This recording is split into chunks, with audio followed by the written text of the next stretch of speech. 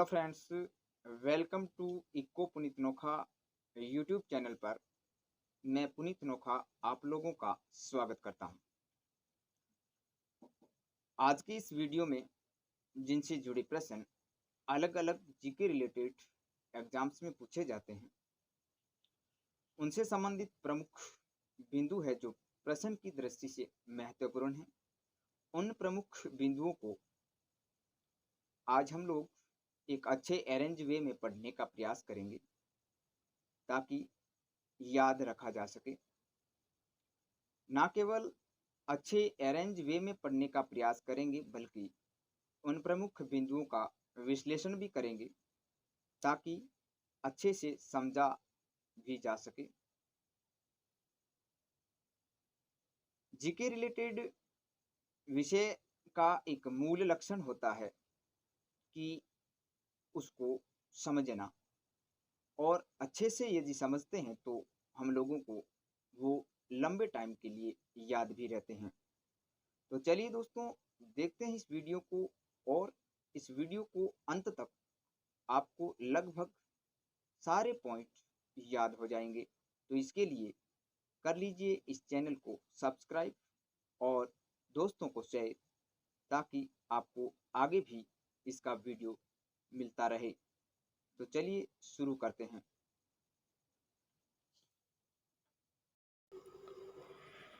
आज जो हमारा वीडियो है संविधान का एक पोर्शन, इम्पोर्टेंट पोर्शन है प्रस्तावना, जिसको अच्छी तरह से समझने के बाद में हम लोग बहुत सारी चीज़ें जो संविधान से रिलेटेड हैं उनको समझना आसान हो जाएगा, और इस चैप्टर से जुड़े हुए क्वेश्चन काफ़ी आसान हो जाएंगे। इसको समझने के बाद में ना केवल इस चैप्टर से जुड़े हुए क्वेश्चन आसान हो जाएंगे, बल्कि इसके बाद में जो आने वाले जितने भी चैप्टर हैं उनसे जुड़े हुए क्वेश्चन भी बड़ी आसानी से आप हल कर सकते हैं। तो आज हम लोग जो है वो स्पेशली संविधान के जो इस चैप्टर अर्थात प्रस्तावना, इनसे जुड़े हुए जितने भी प्रकार के प्रश्न आते हैं या प्रश्न बन सकते हैं, उन सबको हम लोग इस वीडियो में देखने का प्रयास करेंगे, समझने का प्रयास करेंगे, और उम्मीद करते हैं कि ये वीडियो आप लोगों को पसंद आएगा। चलिए शुरू करते हैं। सबसे पहले बात करें प्रस्तावना। तो प्रस्तावना है क्या, और प्रस्तावना को उद्देशिका भी कहते हैं तो क्यों कहा जाता है, उद्देशिका भी कहते हैं प्रस्तावना को तो वह क्यों कहा गया। तो प्रस्तावना से तात्पर्य यह है कि भारतीय संविधान में जो मूल आदर्श जो है उन्हें प्रस्तावना के माध्यम से संविधान में समाहित किया गया, और वो जो आदर्श हैं उसको प्रस्तावना में उल्लेखित शब्दों के माध्यम से प्रस्तुत किया गया, शब्दों के माध्यम से प्रस्तुत किया गया। अब इस प्रस्तावना को संविधान में कैसे लाया गया। हम लोग जानते हैं कि संविधान सभा, यानी कि जिस संविधान सभा के द्वारा संविधान सभा द्वारा संविधान का निर्माण किया गया, उस संविधान सभा में जब पंडित जवाहरलाल नेहरू जी के द्वारा एक उद्देशिका प्रस्तुत की गई कि किस प्रकार का संविधान हमें बनाना है, और उसी उद्देशिका से जुड़ा हुआ ये प्रस्ताव जो संविधान निर्माण के अंतिम चरण अर्थात 26 नवंबर 1949 को संविधान सभा में शामिल किया गया, संविधान में शामिल किया गया। यही कारण है कि प्रस्तावना को उद्देशिका के नाम से भी जाना जाता है। इसके अलावा दो शब्द जो है विचार और भाषा, जो प्रस्तावना से जुड़े हुए दो देशों से रिलेटेड क्वेश्चन पूछा जा सकता है कि प्रस्तावना में भाषा कहाँ से ली गई है, तो वह ऑस्ट्रेलिया के संविधान से ली गई है। और प्रस्तावना की जो विचार जो है या जो स्वरूप जो है उसको कहाँ से लिया गया है, तो वह अमेरिका के संविधान से लिया गया है। अब प्रस्तावना के अंदर बहुत सारे शब्द जो है समाहित किए गए हैं, उनको 3 भागों में डिवाइड करके हम लोग प्रस्तावना को समझने का प्रयास करेंगे और उनसे जुड़े हुए प्रश्न बनाने का प्रयास करेंगे। सबसे पहले संविधान के स्रोत की बात करते हैं। तो संविधान का जो स्रोत जो है वो है हम भारत के लोग या जनता, हम भारत के लोग या जनता, यानी कि भारत की जनता ही वह शक्ति है जो संविधान को शक्ति प्रदान करती है। यानी जनता ही वह शक्ति है जो संविधान को शक्ति प्रदान करती है और फिर वह संविधान सर्वोच्च शक्तिशाली होते हुए पूरे प्रशासनिक व्यवस्था को व्यवस्थित रूप देती है। इनसे जुड़े हुए प्रश्न बन सकते हैं 2 प्रकार से कि सर्वोच्च कौन है, तो वह संविधान है, और संविधान को शक्ति कहाँ से प्राप्त होती है, तो वह जनता से होती है। आगे संविधान में प्रस्तावना के बाद में जो स्वरूप आता है कि किस प्रकार का स्वरूप जो है वो संविधान में अपनाया गया है। यानी कि यहाँ स्वरूप के अंतर्गत हम 5 प्रकार से 5 जो प्रकार के जो शब्द जो हैं जिनको संविधान में स्वरूप के रूप में दर्शाया गया है।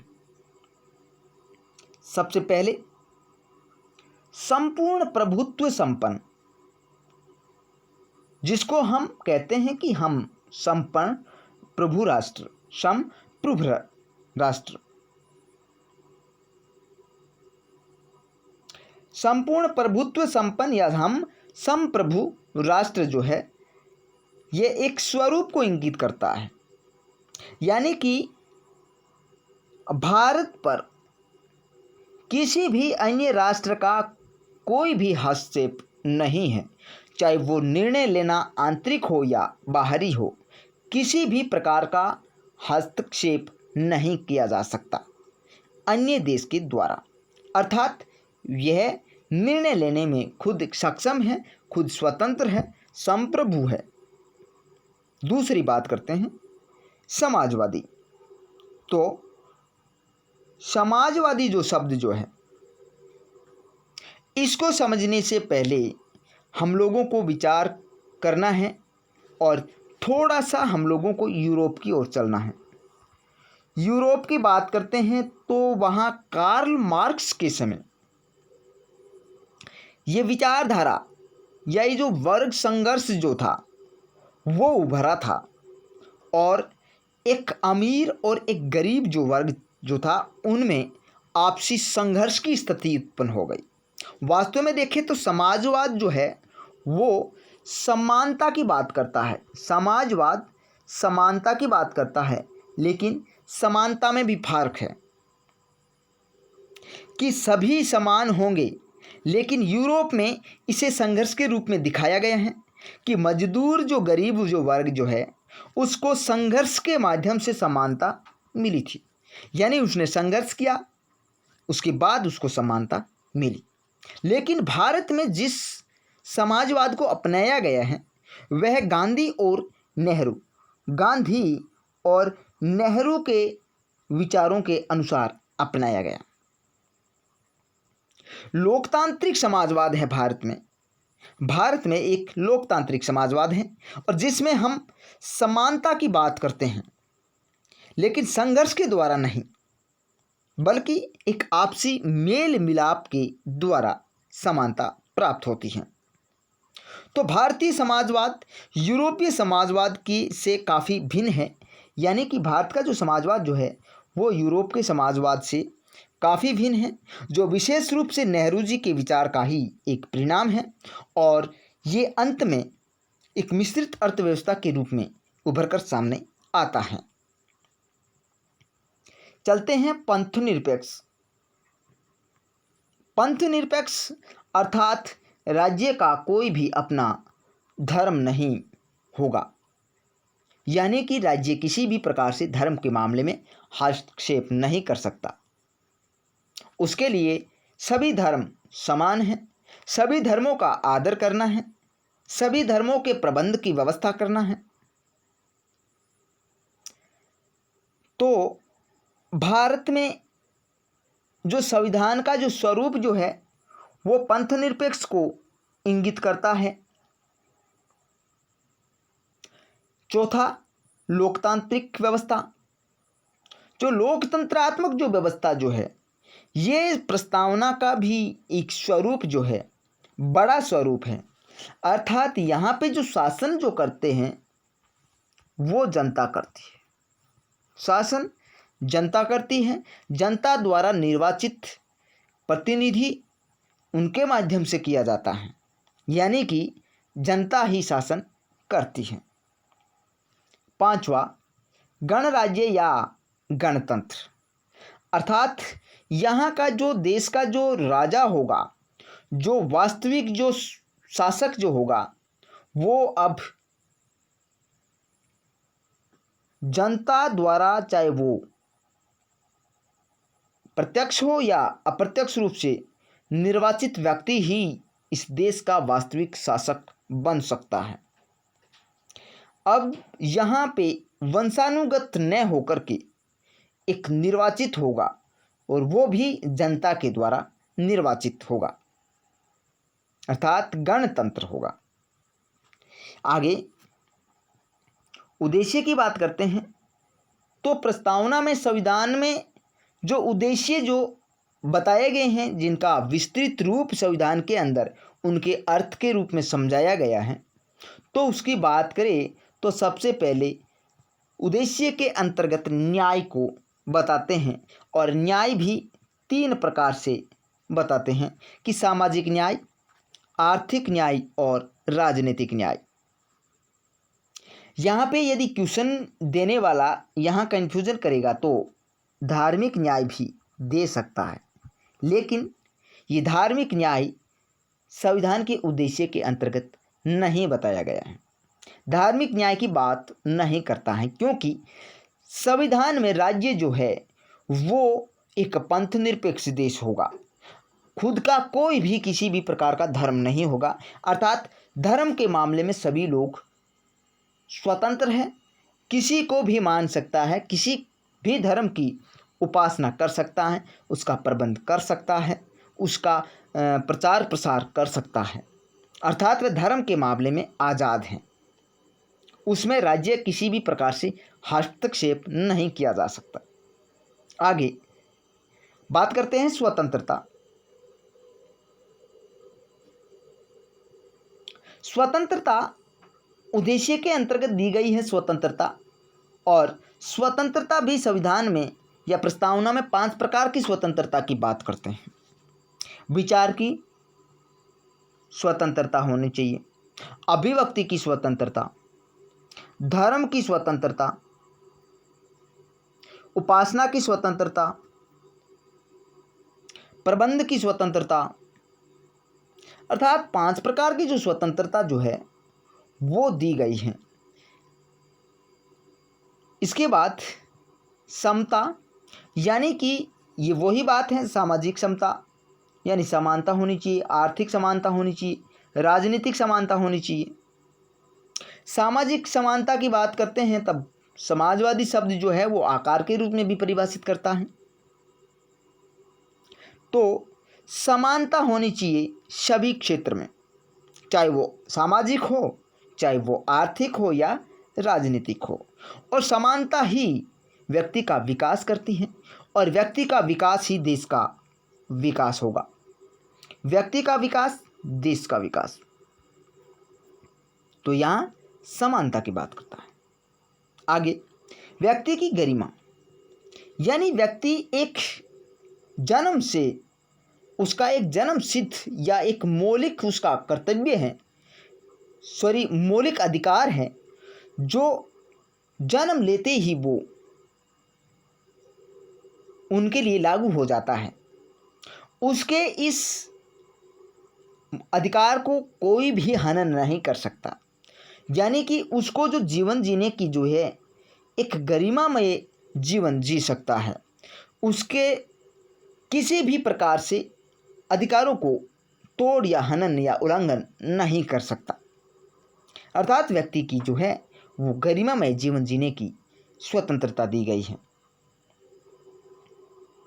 आगे, राष्ट्र की एकता और अखंडता।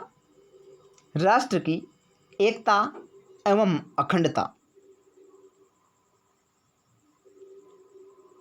भारत विविधता में होने के बावजूद भी एकता रखता है, अखंडता रखता है, यानी कि भारत में विभिन्न प्रकार से जो देखें तो जातीय विविधता है, धार्मिक विविधता है, क्षेत्रीय विविधता है या भाषाई विविधता है।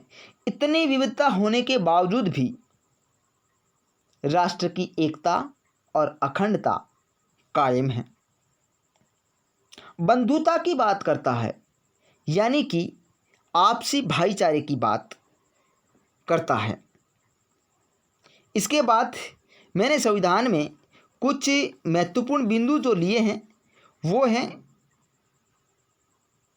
परीक्षा की दृष्टि से महत्वपूर्ण हैं और उन बिंदुओं को समझने का प्रयास करेंगे जो क्वेश्चन की दृष्टि से बहुत ही महत्वपूर्ण हैं। सबसे पहले, प्रस्तावना के अंदर कितनी प्रकार की स्वतंत्रता प्रदान की गई है? तो 5 प्रकार की हैं, यानी कि विचार की, अभिव्यक्ति, धर्म, विश्वास और उपासना, यानी 5 प्रकार की स्वतंत्रता यहाँ मिलती हैं। विचार की, अभिव्यक्ति की, धर्म की, विश्वास की और उपासना की स्वतंत्रता। और प्रस्तावना में 3 प्रकार के न्याय की बात करता है, यानी कि सामाजिक न्याय, आर्थिक न्याय और राजनीतिक न्याय। प्रस्तावना को संविधान की आत्मा कहा जाता है। प्रस्तावना को संविधान की आत्मा कहा जाता है। संविधान में प्रस्तावना को संविधान की कुंजी कहा जा सकता है। प्रस्तावना को संविधान का प्रतिबिंब कहा जाता है। प्रस्तावना को संविधान का नीलपत्र कहा जाता है और प्रस्तावना को संविधान को समझने का एक यंत्र कहा जाता है। लेकिन इसमें एक क्वेश्चन इस प्रकार बन सकता है कि भारतीय संविधान की आत्मा किसे कहा गया? तो भारतीय संविधान में संविधान की आत्मा किसे कहा गया? तो वह है प्रस्तावना। लेकिन यदि व्यतिक्रम से पूछे तो भारतीय संविधान में आत्मा किसे कहा गया है, या B.R. अम्बेडकर ने आत्मा किसे कहा है संविधान की? तो वह है अनुच्छेद 32 को भारतीय संविधान की आत्मा कहा। यह व्यक्तिक्रम से, लेकिन सीधा पूछे कि भारतीय संविधान की आत्मा किसे कहा गया है, तो वह है प्रस्तावना। इसके बाद देखें तो संविधान में कुछ शब्द जो है जिनका उल्लेख विस्तृत रूप से संविधान में किया गया है, इसको एक परिचय पत्र के माध्यम से देखें या एक परिचय पत्र के हिसाब से देखें तो संविधान का एक परिचय पत्र है। उसमें सारे शब्द जो है वो लिखित हैं, लेकिन उन शब्दों के माध्यम से संविधान में उसका एक विस्तृत रूप देखा जाता है। तो उन सब के बारे में कुछ शिक्षाविदों ने, कानूनविदों ने संविधान को जो पढ़ने से पहले जो प्रस्तावना जो है उसको अलग अलग नामों से पुकारा है,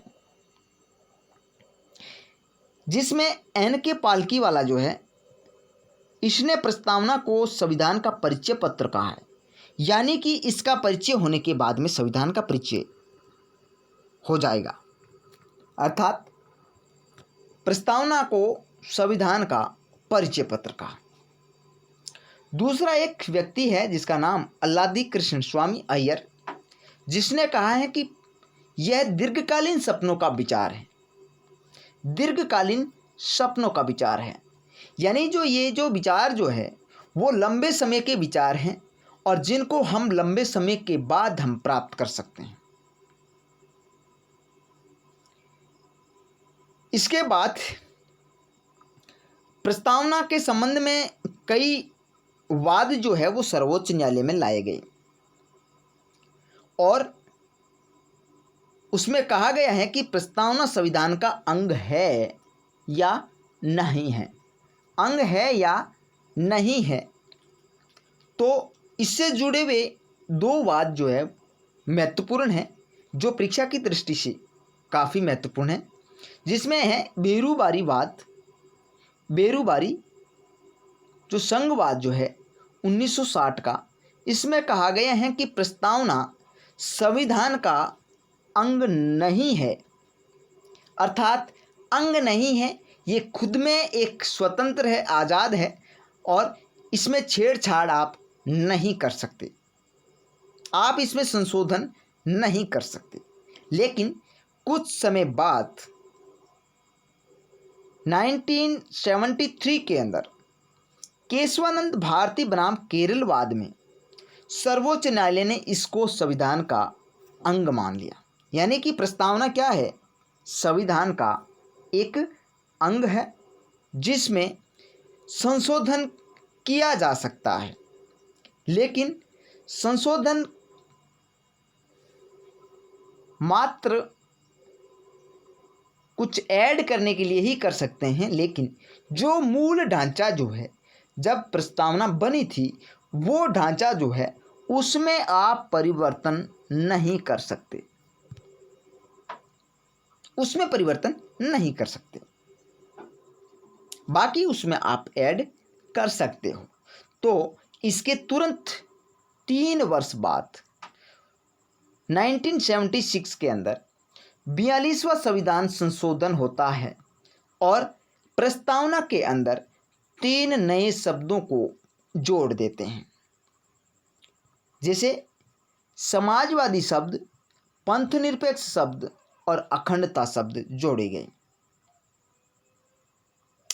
अब कुछ महत्वपूर्ण जो पॉइंट जो परीक्षा की दृष्टि से बनने वाले हैं वो है कि प्रस्तावना के अंदर कुल पैरे कितने हैं, कुल पैरे यानी कि पेरा कितना है, तो वह प्रस्तावना में कुल 8 पैरे हैं। तो पूछे कि समाजवादी शब्द जो है वो प्रस्तावना के कौन से पैरे में जोड़ा गया, तो प्रथम पैरे में। पंथनिरपेक्ष शब्द भी प्रथम पैरे में, लेकिन अखंडता शब्द जो है वो प्रस्तावना के 6वें पैरे के अंदर जोड़ा गया। कुल पैरा 8, प्रथम पैरे के अंदर समाजवादी और पंथनिरपेक्ष शब्द को जोड़ा गया, लेकिन अखंडता शब्द जो है वो 6वें पैरे के अंतर्गत जोड़ा गया। तो ये था आज का वीडियो जो प्रस्तावना से संबंधित था। यदि ये वीडियो आपको पसंद आया है तो लाइक, शेयर और सब्सक्राइब जरूर करें। धन्यवाद।